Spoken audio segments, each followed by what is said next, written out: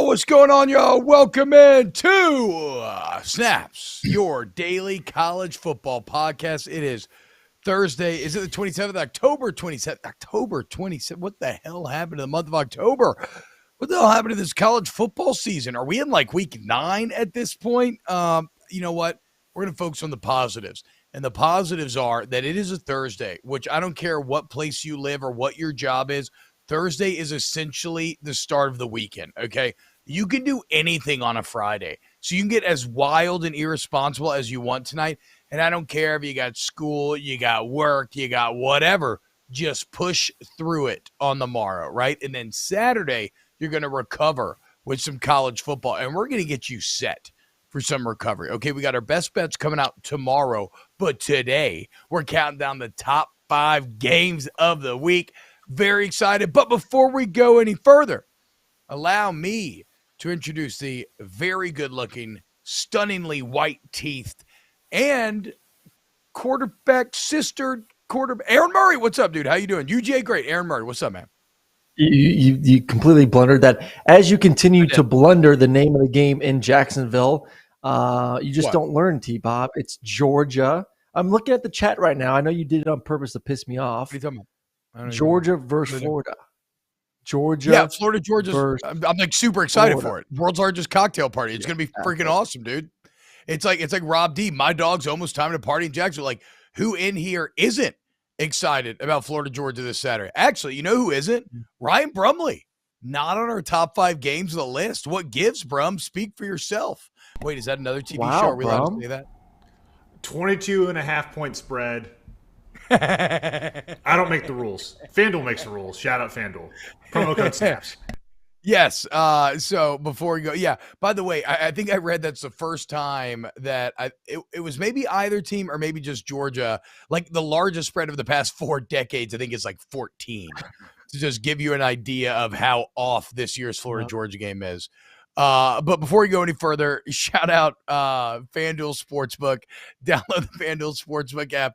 Promo code SNAPS, like Brum said. Remember, tonight, this is even if you already have FanDuel, okay, new or old. Hey, thanks, Josh Rumsey, for $10 super chat. New or old, if you have FanDuel Sportsbook app downloaded, you get a free $10 same-game parlay on tonight's Thursday Night Football game. So if you, like me, are enjoying the destruction of Tampa Tom, this is a bad spot for the Bucs. They're down a lot of starters. They're trying to avoid losing 3. How amazing is this, Aaron? Because this only happens if you have an unreal career. Tom Brady is trying to avoid losing 3 games in a row for the first time in over 20 years. So it would be the second time in his career, but you have to go all the way 20 years ago to when he would have last lost 3 games in a row. So I don't know, maybe play it, but the point is $10 free $10 bet for a same game parlay. Thanks to your friends at FanDuel. That's just awesome. Like juice that thing to infinity and just see if you can turn 10 into 1,000. Why not? Also, huge thank you to the Volume. Yeah, go ahead. Oh, sorry. Yes, huge thank you to the Volume Sports Network, Papa Collins, all the good stuff that hit the like button. Hit the like button. Like, subscribe. Be like Josh Rumsey in the chat. Everyone should strive to be Josh. T-Bob, since we've been on, consistency is always key. Like, we start at 2:00 every day, 1:00 Central. Yeah. And it seems to be we are also very consistent with keeping people up to date with the shenanigans going on at A&M. You just sent a very fascinating little blip. I don't know if we want to get into because I don't know if it's like, are we going for sure sources here or not. But I mean, just to keep the consistency going, I think we should let the people know what could possibly be happening there at A&M. Some interesting stuff. Brum, I will let Brum make a producer call here. I'll let him make an editorial call. I'm not just passing the buck because look, I'm fine with doing this. Like, I will preface it with the fact that this is alleged. This is a message board rumor from a supposed booster. Brum, what do you think? And now we've kind of teased the hell out of it. What do you think, Brum? We have teased it pretty good. Brum? Right there. Oh, wow. I think he's leaving it up to us. Is that? Let me pull up our chat box. Okay. I mean, okay, dude. Look, I feel like we have to do it now because we talked about it. And it's like we can't, like, nobody likes the guy that's like, that's like, oh, man, wait until you hear this. Oh, wait, I'm not allowed to tell you. No, I'm sorry. I'm not allowed to tell you. Sorry for putting you in a situation like this, but it was fascinating. So understand this.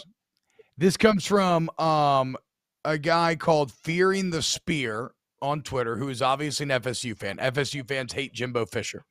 He is he has screenshotted a message board post from Dark Axe, who has a Tennessee profile picture, the Halloween Tennessee profile picture.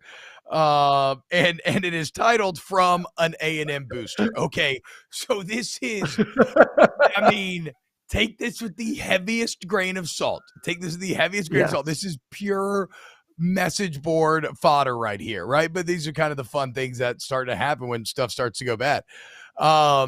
Okay, this comes from Dark Axe, From A&M Booster.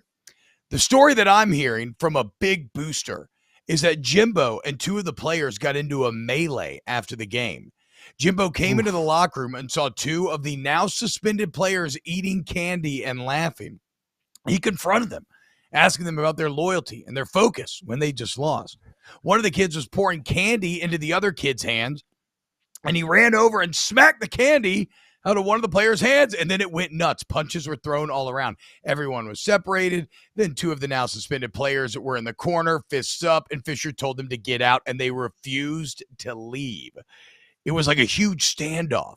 They had the coaches in there, administrators, the AD. Everyone was in there. The guy said it sounded like the most insane thing that had ever happened. Shit was wild, surreal. He said it sounded like a mental break or something. So, okay. Let's be clear about a couple things. We are not journalists. We are not reporting this. We are reading a message board post that is completely alleged. Take it with a grain of salt.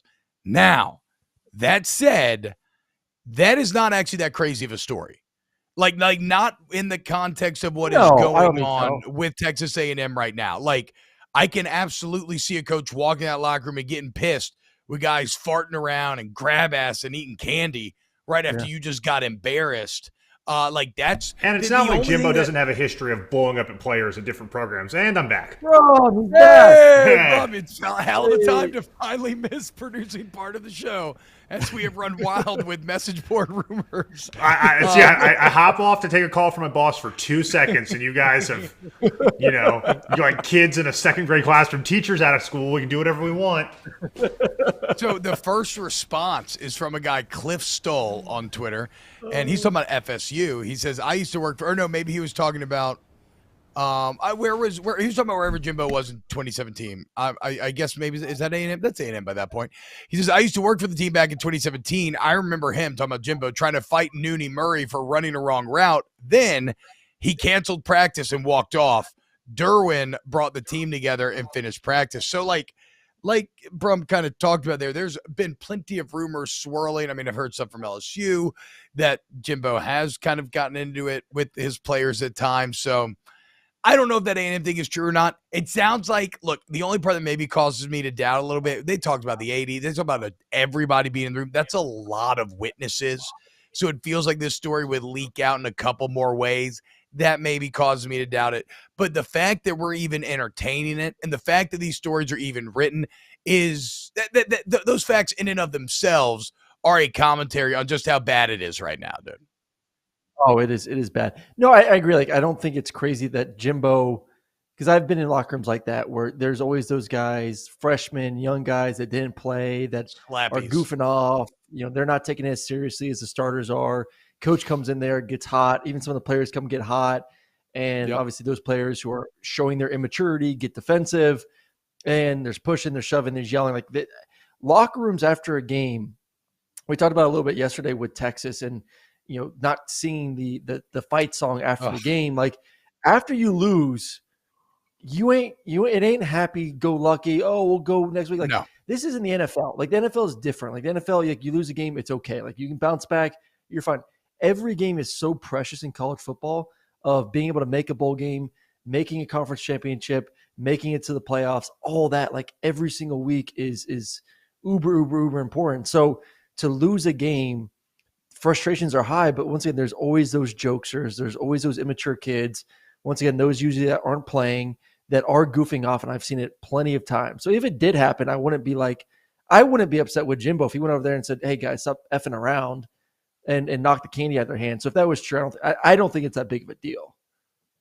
No, I mean you're well. It's not a big deal if he hits the candy out of the hands and the players kind of tuck their tails between their legs and take it, right? Because that's how it's supposed to work in the hierarchy.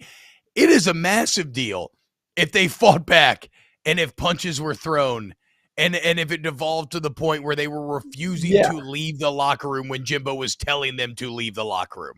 I mean, that is full on lack of institutional control type stuff right there. Even though also, if this was true, one other part that would make me throw doubt on this, if they saw Jimbo physically do anything towards a player, A&M boosters, it would be beside themselves with excitement, because you want to talk about getting somebody for cause. That is an easy path to getting someone for cause. So again, take it with a grain of salt. But between that, smoking, the rumors about smoking weed in the locker room, the point is it's just not a good environment. It's not a good environment. And it's right where we will start with Texas A&M and Ole Miss. Ole Miss traveling to College Station to take on A&M this week. Remember, we're going to count down our top 5 games of the week. And don't worry, Dylan Pellerin is asking me in chat, please don't go on about Clemson and the ACC. I did that again on my pod last night for like 30 minutes. I did it again this morning with Hester. All you fucks love Clemson. You all love the ACC. I will be vindicated during bowl season. We're not going to get into it now. We are going to get into Ole Miss at A&M. Aaron, everything about this game says Ole Miss should whip their ass. Why in the world is it a 1.5 point spread on FanDuel right now? Yeah. I don't know. I'm perplexed. I really am. I don't get it, especially with, once again, what we just talked about, the rumor mills and the how toxic the locker room is at the moment. Guys getting suspended, guys smoking weed, lack of leadership, lack of discipline, the injury. We saw the offensive line and banged up. The quarterback's banged up. And throw on top of that, they're just not a very good football team. So you have a bad football team that's undisciplined, that's banged up. I'm shocked. Like these are the moments where like, what the hell is going on? What does Vegas know that I don't know? And I get Ole Miss didn't look great last week, but they looked good to start the game. I mean, they were there, 17-3, and I'll give credit to where credit is due. Yeah. LSU deserves a lot of the credit here. LSU is a very good football team. Probably a football team that should have one loss this year. They got their ass whooped by Tennessee, and Tennessee is one of the best teams in the country. You can kind of understand that.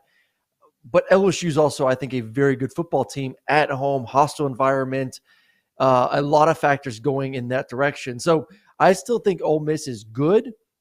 Are they a top 10 team, which they were last week heading into that game for LSU? No, I don't think they're a top 10 team, but I do think that they are a top 15, top 20 team. They have talent on both sides of the football. I think Jackson Dart's only going to get better and better each and every week. I love their running game. I like their offensive line. I like their receivers. I like their tight ends. I like their defensive backs. Their run game has struggled. Like I told you last week, that's something that had to happen. But what Texas A&M doesn't do well is, one, just play offense in general, and they definitely don't run the ball well. So I'm not too concerned about Ole Miss's inability to stop the run, because that's not something that A&M does well in the first place. So I just think it's everything that I've just talked about, just to me screams Ole Miss should dominate this game. And it's kind of, well, I'm giving a little bit of a teaser for our best bets tomorrow, I guess. But like, I'm shocked. You have one program that is in complete shambles, another one that I still think is pretty good and plays well on both sides of the football. I don't know what gives. Do you have? I mean, where's do you have the any angle? idea why I can't find it at that either. point? No, dude, I can't find it. I can't really find it. And to be fair, when we were drafting our best bets, you pick, I pick, you pick, I pick. We both, like, the first off of the board, the number one pick of this week's draft would have been Ole Miss. Like, they were the consensus number one. Everyone was going to take this. And so here, the only thing that maybe I can understand, Aaron, is that we still don't really know who Ole Miss is in a lot of ways. Even that feels a bit flimsy because they did pass the Kentucky test, but as we'll get to, I think you're looking at a 5-3 Kentucky team, 2-3 in the SEC by the end of the week. So, like, what does that really mean, even at this point, right? So, like, maybe the only thing is that Ole Miss is still actually just not that good, but it's such a small number against a team that's broken in A&M. And it's so wild to think about the fact that you could describe from where Texas A&M was at the beginning of this year expectation-wise, it almost defies comprehension that they could be described as the perfect get-right game for Ole Miss, right? Yeah. Like that Texas A&M is so sad that like if I told you before the season you were going to lose to LSU 45-20, you would have been terrified of a trip to College Station the following week. You would have felt like that was a death sentence. You'd have felt like that was probably 2 L's in a row. Now you get a Jimbo-led team where you have 4 players are suspended, 3 linemen out of an already bad offensive line are now out for the year. Like you said, they don't have a lot of identity on either side of the ball. And College Station in and of itself as a stadium remains very intimidating, and the fan base is great. But I just don't think that can make up for the disparity here. I mean, the vibes in the A&M locker room versus the vibes in the Ole Miss locker room is, I don't know that you would find a more polar opposite this week. It is insanely different. And because of that, yeah, I think Ole Miss rolls. You know what it is, though? It's a great opportunity for A&M fans and players to get eyes on their future head coach. Yeah, there you go, Lane Kiffin. You want another interesting thing that just came to my mind too of what gives me confidence with Ole Miss. It's Lane Kiffin's play calling, and what does he do so well? It's the eye candy, it's the formations, it's the shifts, it's the motions, it's finding ways to get guys wide open. It's forcing a defender to go one direction and then obviously counter with the other one. Like, he's the best of the best. Like, how many times do we see Lane Kiffin throwing his hands up right when the ball snapped because he knows it's a touchdown? What A&M's doing on defense this year is playing a lot of young players. It is a very young defense. And yes, it's a bunch of 4- and 5-star guys that they got in this past year's class, but young guys can get fooled very easy because they haven't seen a lot of football. And they haven't seen an offense like this. Lane is one of the best, if not the best play callers in the SEC and one of the best in America, and especially with, once again, the confusion part of it. So you're going to see a lot of young players on A&M that are going to be trying to play balls to the wall, and that's going to play right into what Lane Kiffin wants them to do with the schemes and everything that he does on the offensive side. So I think you're going to see a lot of wide open players making big-time plays for Ole Miss just because you have youth on that Texas A&M defense that hasn't faced an offense just quite like this. I mean, dude, if A&M keeps this one close and Vegas is right, I give up. I mean, why we're even doing best bets? Because at a certain point, like, they are. I think somebody in the chat earlier, promo code snaps. Yeah, we're gonna keep betting, keep gambling. Actually, keep gambling as much as you are comfortable with. Comfortable gambling, okay? Now, y'all, this is all for funsies. Remember that. Next, okay, so the final thoughts. We both think Ole Miss rolls here, right? Like, we're both betting on them. We will both be taking the cover this weekend, most likely. Second biggest game of the week, and that is that's a little. Is it? Wait, did I? Yeah, no, this is it. Okay, sorry, I psyched myself out for a second because it's not a ranked matchup, but TCU at WVU. The Horned Frogs traveling to Morgantown. And as I said, after this weekend, they may be calling it Duggantown, Aaron Murray, because Max Duggan is about to take WVU and burn their couches for them. He is going to kill them. Like, and I get it.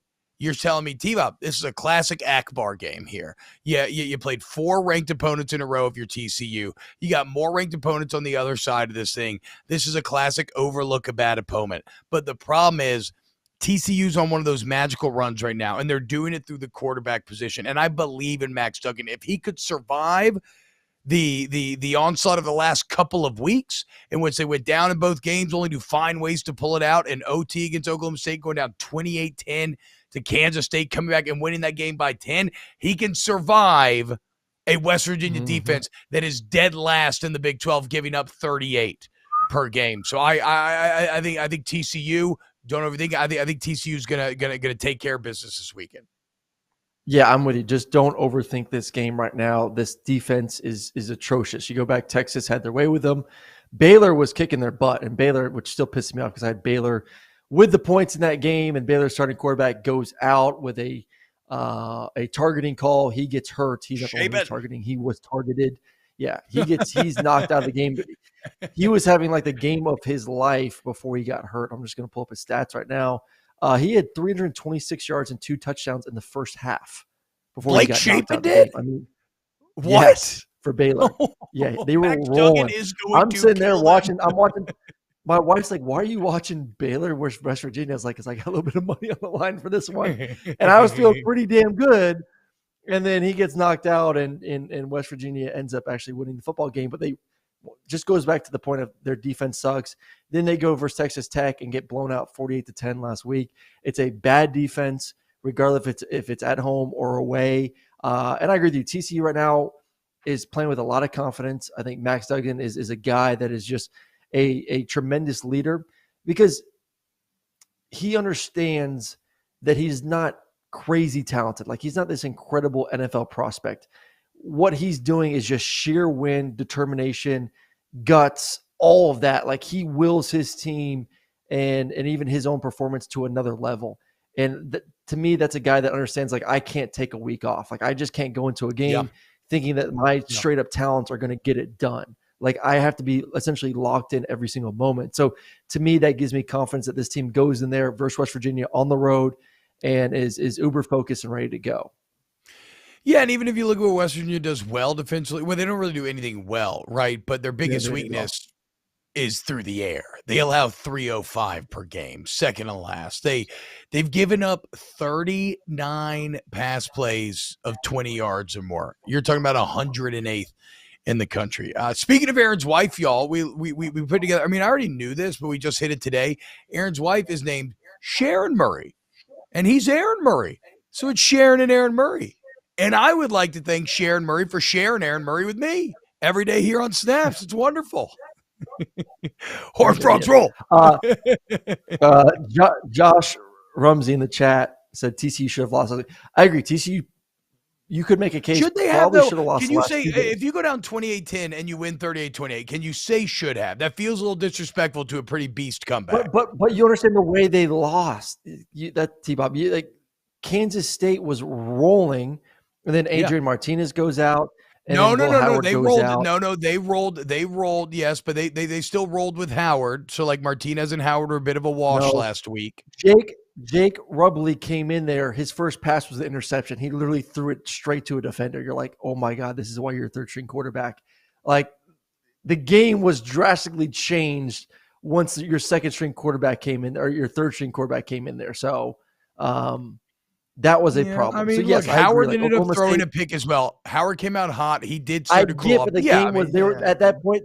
He'd been out for a couple series, and they were trying to mount a comeback. So once again, the vibe of the game changed big time once Howard, who was already the backup quarterback, was knocked out of the game for 2 or 3 series. So the week before, Oklahoma State was up by 2 scores.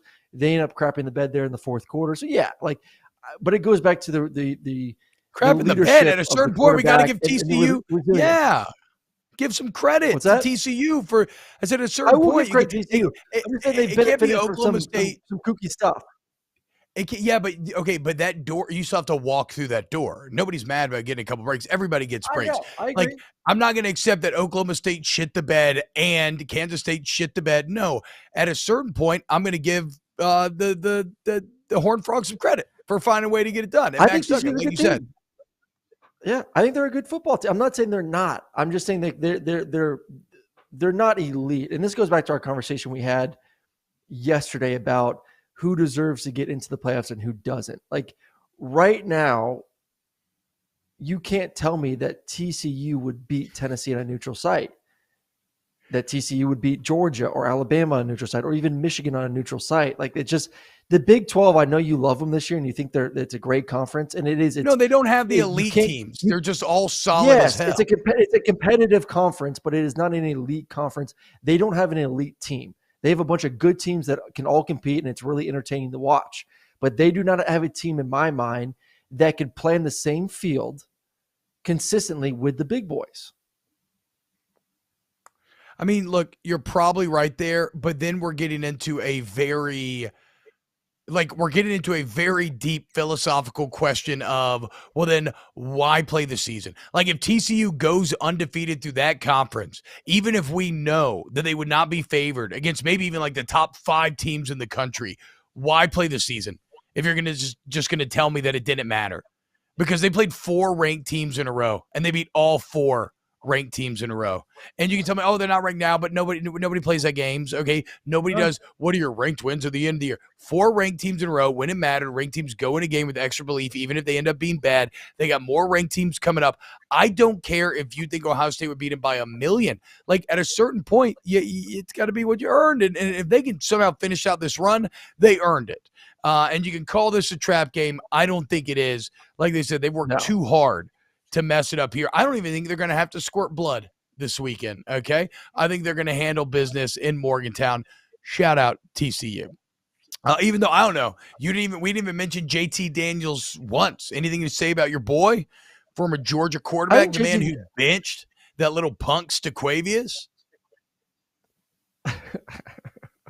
I like JT. Dude.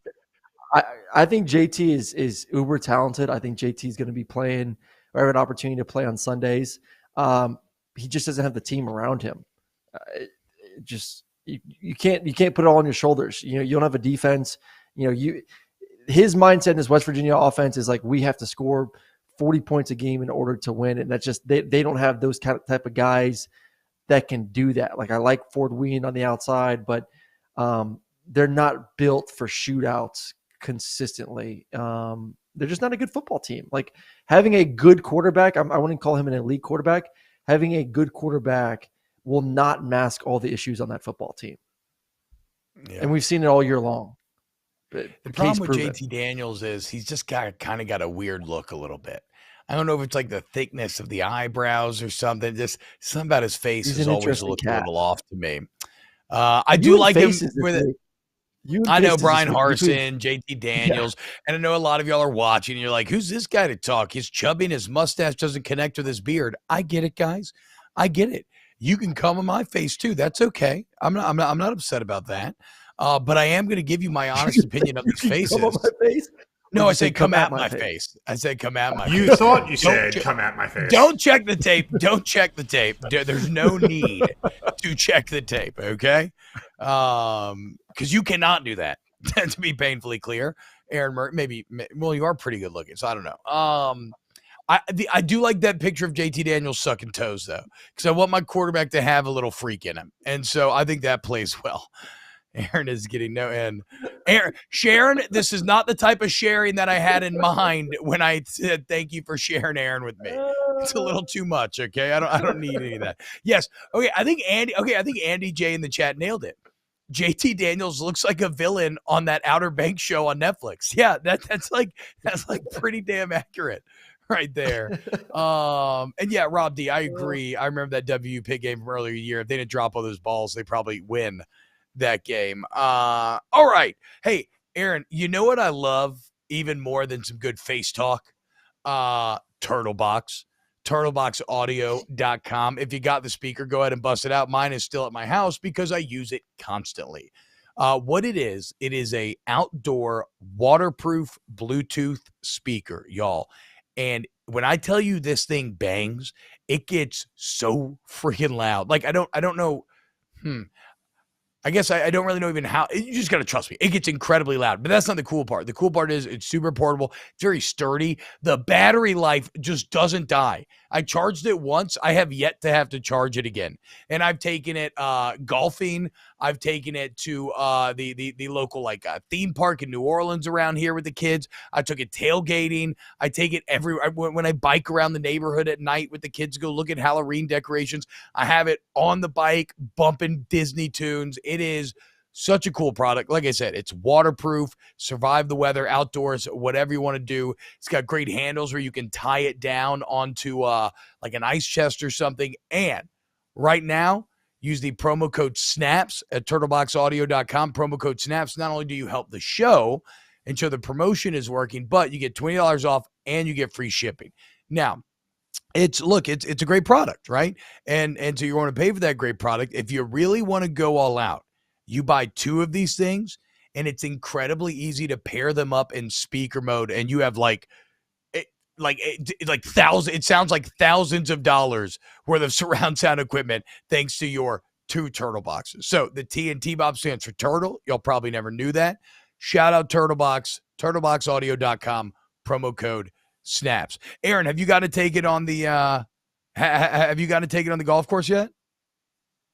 No, I told you there's no way I'm bringing it on the golf course. I'd get kicked out of the club for that one. I mean, this thing, it booms. Yeah, it does boom, but you can play a little light, you know? What do you listen to when you're on the golf course? Little Florida Georgia line? I re-listen to snaps on the golf course, take some notes about our performance. Yeah. That's very odd. That's like I can't remember what movie it is. Maybe it's Knocked Up, but the guy's talking about jerking off to his wife, and he's like, "Oh, what are you going to say?" Like, that's the weirdest thing I've ever heard. If you really listen to replays of snaps while on the golf course, that's a little odd. It's QB1's always watching film. Always watching film, bro. Can't quit it. Yes. It's advertising, and people are like, damn, what do you listen to? Those guys sound pretty smart. I'm like, it's Snaps, all new sports podcast. You should download it. Oh, does it get awkward at all when you talk about it further? And they're like, wait, is that you? Are you listening to yourself right now?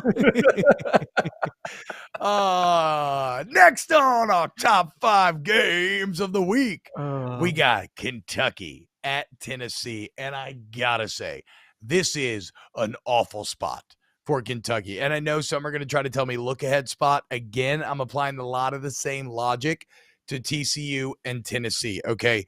These are 2 teams that are on one of those magical runs, right? And it's a magical run again, led through consistently great quarterback play. They're 2 teams that seem to be getting better every single week. And Tennessee more so than TCU in all of these aspects, right? Hendon Hooker is like 37 years old. Okay. He is mature enough to handle the idea of a trap game. Plus, Kentucky's ranked. Now, I don't know if they should be, but they are. This is an awful spot for Kentucky. And what it's going to mean, Aaron, is that Saturday night, we're going to be talking about a Kentucky team that, for all the love preseason, is 5-3, 2-3 in the SEC, and has lost 3 of their last 4. Yeah, I agree with you with the sense of like Hendon Hooker is so mature. Like this football team, you see it every single week. You saw it versus Alabama. Like how many teams would have just folded after 2 turnovers? They don't. Like they are focused in.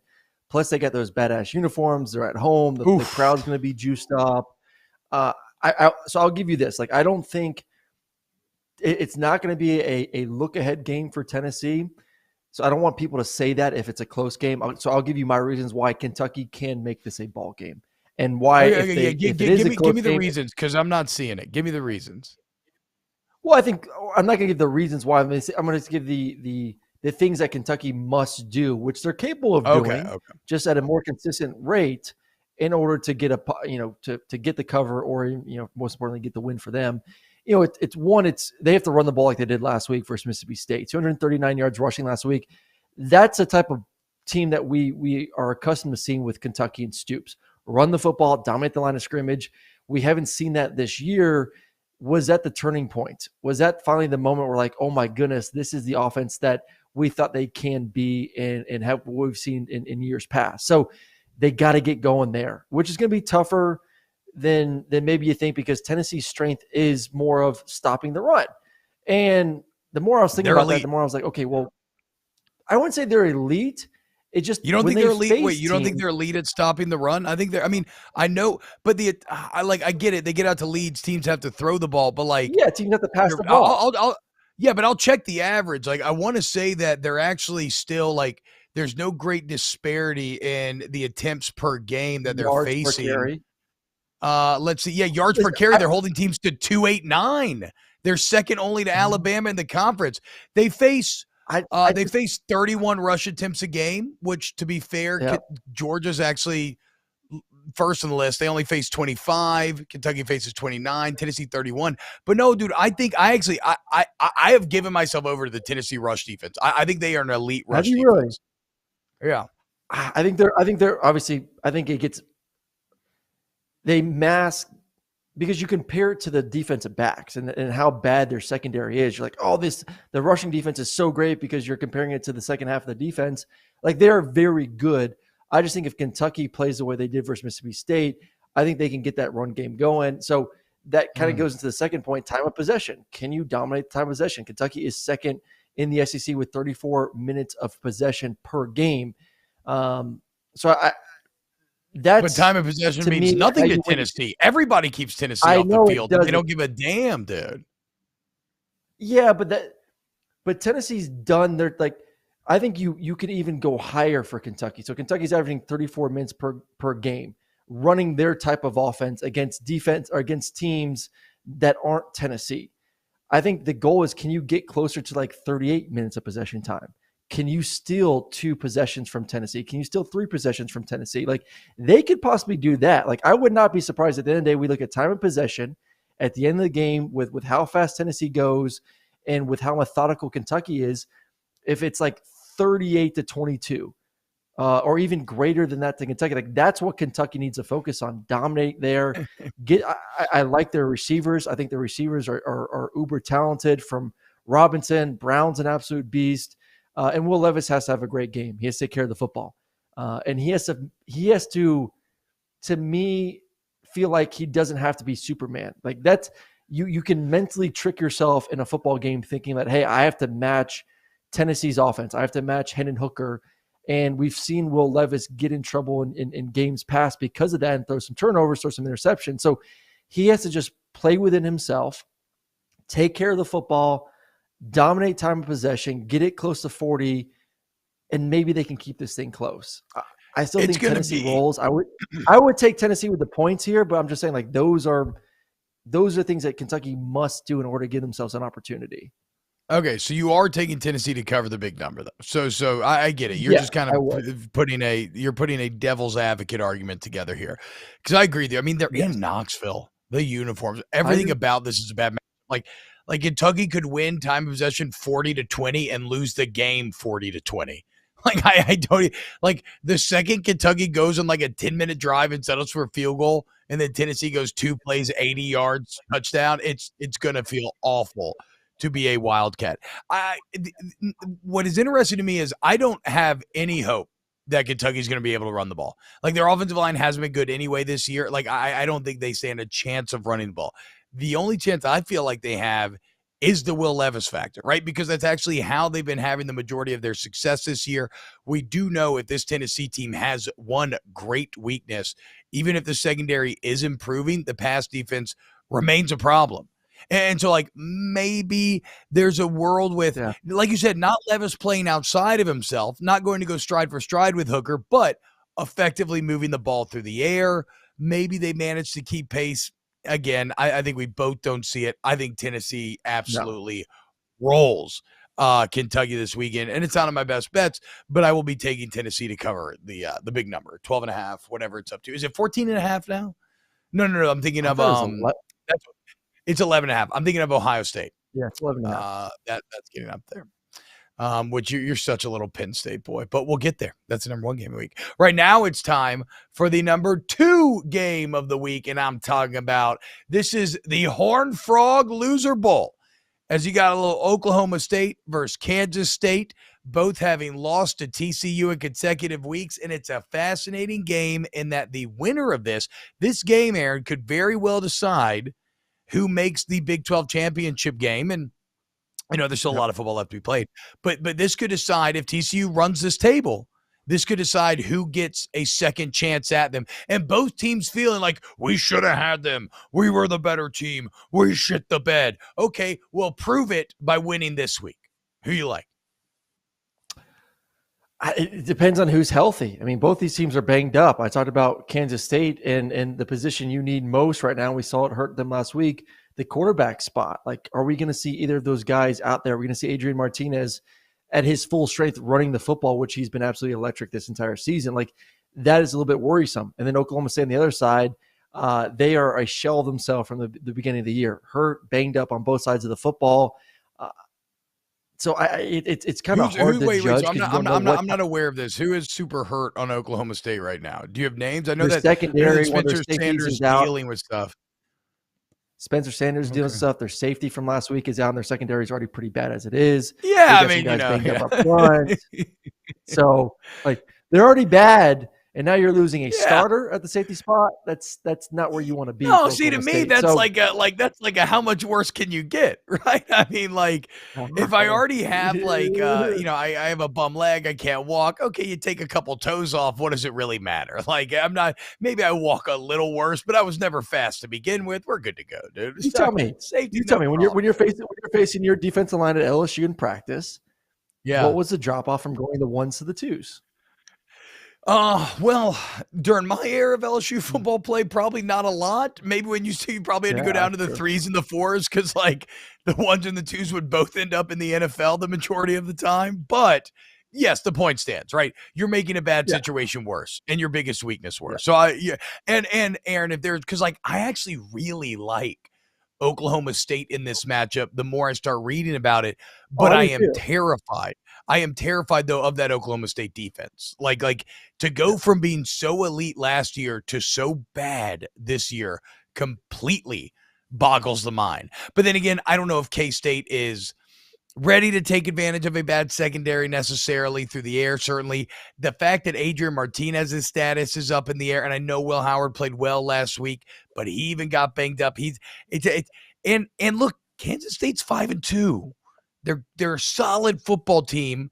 I don't think they're just as good as Oklahoma State. And so like maybe matchup wise, there's some things you like there, but no, dude, respect to him. I like what Kleeman's building over there in Little Manhattan, but like I trust Gundy. He's been on this stage before, plays for Big 12 championship last year. Played TCU a little bit better, but didn't have to deal with maybe the injury problems that K-State did. So no, I know it's close, so it's not going to get you much value, but I'm going Okie State money line here. I think they go into Kansas State. I think they get the win. Yeah, well, I mean, obviously, as we know, with the was it 1.5 points? Vegas is just saying that Oklahoma State's a better team. They're just on the road. I mean, for Kansas State, Deuce Vaughn he's got to have a game. He's going to have to touch the ball. I would say close to 30 times, a mixture of running and catching out of the backfield. Like he's going to have one of those special games like he did versus Oklahoma where he just makes guys look silly in the open field, which he's capable of doing. But I agree with you. Oklahoma State is the more talented team. The ball, as a lot of these big time, anytime you got ranked on rank, I always say it comes down to quarterback play.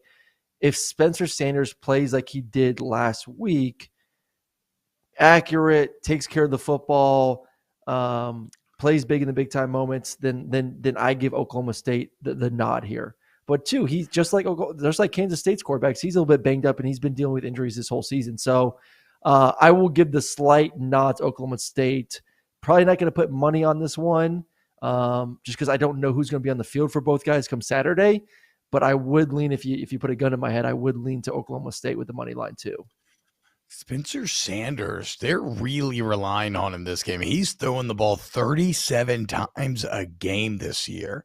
That actually leads. He is right there tied with tied for the league lead with Hunter Deckers. Oh my God, how's Hunter Deckers throwing it 37 times a game? Iowa State's offense is horrible. But yeah, Sanders has been good. I think K-State's a little too banged up. So okay, so we are both on Oklahoma State. Look at this. Have we been full consensus the entire show thus far? Yeah. We both had Ole Miss. We both had TCU. We both had picked Tennessee. The favorites until this one. So yeah. Okay. Now we got a little Okie State. Yeah, but we don't always agree, right? Like I don't know if we're going to agree on this next one. We probably will, but I think we will play opposite sides of this spread. I think we'll agree that maybe it wins a game because there's a gap. But let's get to our number one game of the week, and we're traveling to Big Ten country, to Happy Valley. I believe it's a whiteout game. Correct, boys? Do we know? Yeah. Okay, whiteout in Happy Valley, probably a top 3 cool all-time tradition right behind when Harvard on Harvard Penn Day shoots the apple off of the guy's head. You know what I'm talking about? No, I'm fucking with y'all. No. Yeah, no, I mean, the whiteout's it's like a top 3 coolest thing in all of college football. I look at this, Aaron. I see an Ohio State team that has beat Penn State 9 of the last 10 times that they have played. Penn State snuck in a win back in 2016 by 3. I see an Ohio State team that after the 21-10 Notre Dame win has put up 45, 77, 52, 49, 49, 54. The closest game on the year for the Buckeyes, a 49-20 win over Michigan State in East Lansing. Like, if Michigan just dominated Penn State and put up 41 with a significantly less dynamic offense, why in the world shouldn't Ohio State put up 50? And if Ohio State just hung 54 in a good Iowa defense, I can't find it beyond the fact that the last 3 years, I guess, have been relatively close, with the Buckeyes only beating Penn State by 11, 13, and 9. So maybe there's something about James Franklin. Yeah, well, it's been since 2015 that they've won by. It's been since 2015 that they've won by more than 2 touchdowns.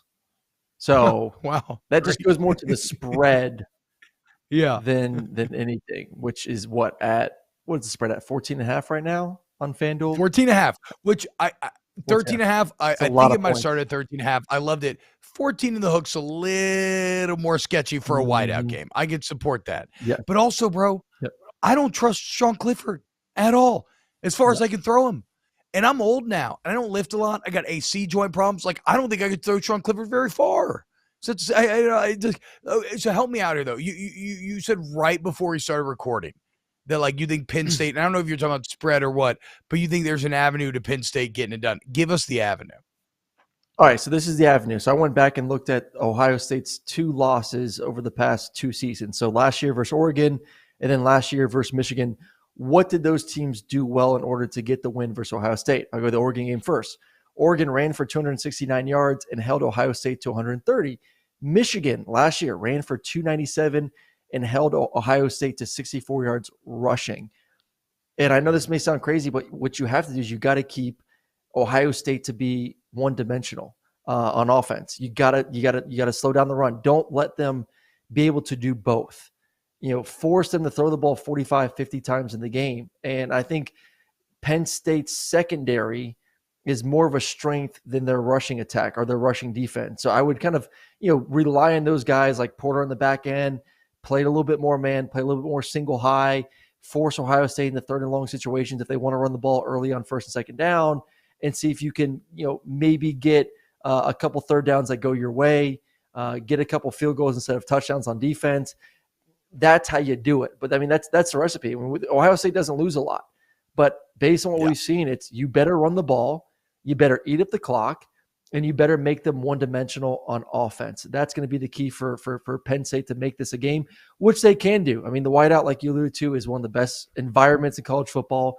I do think Penn State is good on both sides. They've struggled against the run a little bit, but go back to last week, Ohio State only ran for 66 yards versus Iowa. So it can be done. I think Penn State obviously is a superior team. I think Penn State wins. But what did that mean for Iowa? What did that mean for Iowa? The only running for 6. They scored 54.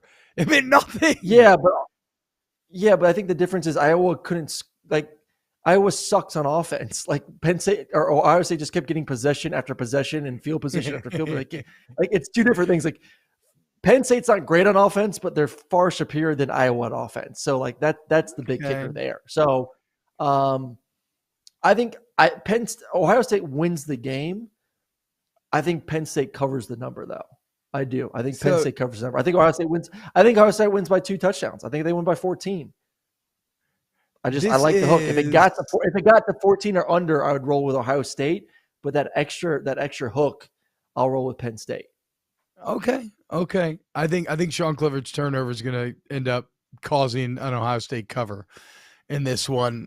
This is wild. Ohio State averages over 300 yards passing, 200 yards rushing. Ohio State right now is number 1 in the country. They average 7.77 yards per play. Tennessee's at 7.5. TCU's at 7.4. And then your dogs, Aaron Murray, at 7.2. But think about how utterly ridiculous that is, that every single play you run, you are nearly gaining a first down. Let's see where we find Penn State on this list for reference here. Oh wait, that's not the right button. So hold on one second. I've always been an Apple guy my entire life. Now I got this sweet gaming PC thanks to the new gig from the Volume. Shout out, and so I'm still getting used to it. Here we go. Penn State, 43rd in the country, averaging 6 yards per play. So Ohio State, no. Ohio State rolls, covers 14.5. Book it. Easy. Yeah. First disagreement, but we're not too bad.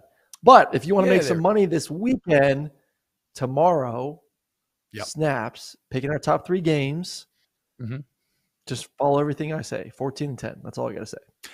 And probably, if you fade everything I say, like, you've won even more, right? 14-10. Well, guess what? I'm 9-15. So in a lot of ways, I'm 15-9. So just continue to fade my picks, and I will continue to give you winners, okay?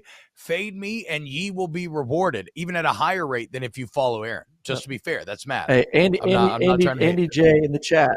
Andy J in the chat. Who's more overpaid, Franklin or Cristobal? 100% Mario Cristobal is way overpaid. Yes. And I get it. Franklin is too, but Mario more so. And actually, they probably have pretty similar resumes. You know me. I'm always crapping on Mario Cristobal's overall resume. I just think he's very good looking and very kind of alpha and has used that to convince a lot of people to give him jobs. But James Franklin did win at Vanderbilt. And you know how I'm always crapping on the ACC? Last night, I figured out from a true degenerate bookie that has access to all the numbers, blah, blah, blah, blah. Vanderbilt would not be favored over a single ACC team. I was trying to shit on the ACC a little too hard. And I said they'd be favored over half the ACC. No, I was wrong. They would not be favored over a single ACC team. And James Franklin won there for whatever that is worth. But they're both overpaid at the end of the day. All right. That's it for today's show. We love y'all so much. Like you said, best bets tomorrow. We will be on AMP after the 3:30 slot Saturday. We'll be on Snaps live after dark after the 7 slot on Saturday. Cannot wait for another weekend of college football. Bye week as well. Going to be straight chilling in the studio all day long. Not going to have to get drunk and do my LSU postgame show. So that's very exciting for the Snaps After Dark crew. And again, look, if you're watching on YouTube, please, y'all, I know it's annoying, but like the post that I know it's weird, but that actually does help. Subbing to the channel helps as well. FanDuel's what makes this all happen. So if you download the FanDuel Sportsbook app, use the promo code SNAPS or just tweet at FanDuel Sportsbook how much you love Snaps. And shout out to Papa Colin and the Volume Sports Network for making it happen. And a huge thank you to you, Aaron Murray. Huge thank you to you, our excellent producer, Ryan Brumley. And a huge thank you to everybody hanging out in the chat with us every day here. Zach, Daniel, B. Wyman, Whitmaster, Josh, Andy J. Like, it's new Bama fan, Red and Black Dog, SUB on Chic. There's like new Sharice Arms. There's new people in here every day. Makes me so happy. So sub to the pod wherever you get your pods. Rate and review it. That really helps as well. We love you, and we will see you tomorrow for some best bets. That's it for today. See you later, Snaps.